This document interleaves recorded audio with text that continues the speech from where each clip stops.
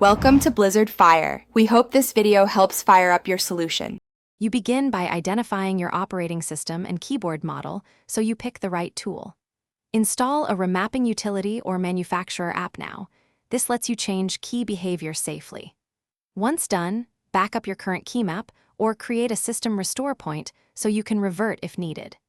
Make sure to run the installer as administrator on Windows or grant permissions on Mac OS. This prevents permission errors during configuration and speeds the next steps.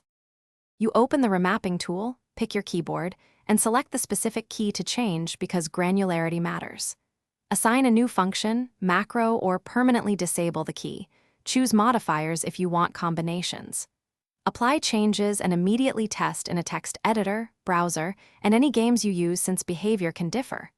If macros need delays or sequences, adjust timing once stable. Save a named profile so you can switch contexts quickly without redoing work. You finalize by saving the profile and configuring it to load at startup or when specific apps run so the mapping persists. Export the settings file and document what changed. This helps on other machines or after updates. If keys behave oddly, reboot first, then revert to your restore point or import the backup key map. Make sure drivers are up to date.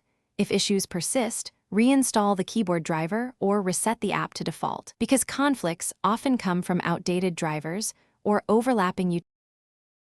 Thanks for watching. If you found this helpful, don't forget to like and subscribe.